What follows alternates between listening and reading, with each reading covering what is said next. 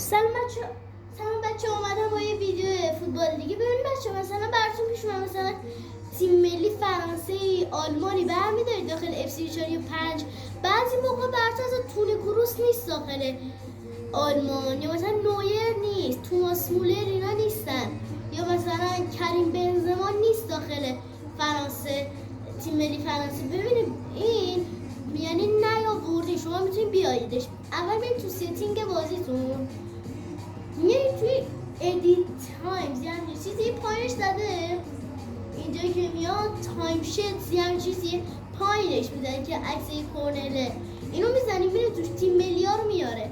و مثلا الان تیم ملی فرانسه چون اومد بیرون، تیم ملی فرانسه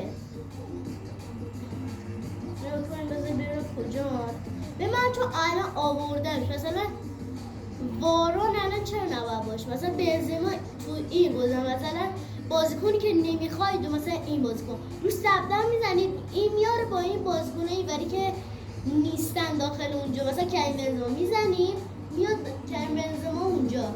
و مثلا الان میخواستم یکی دیگه هم بیارم، وارون بود، وارون کوش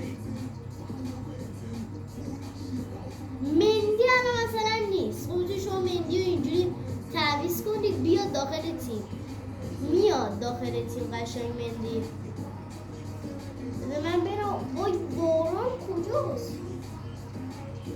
وارون دیدم الان.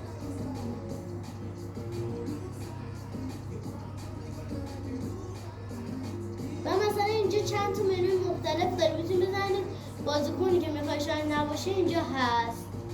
به همین راحتی ها شما وارون رو من آوردم.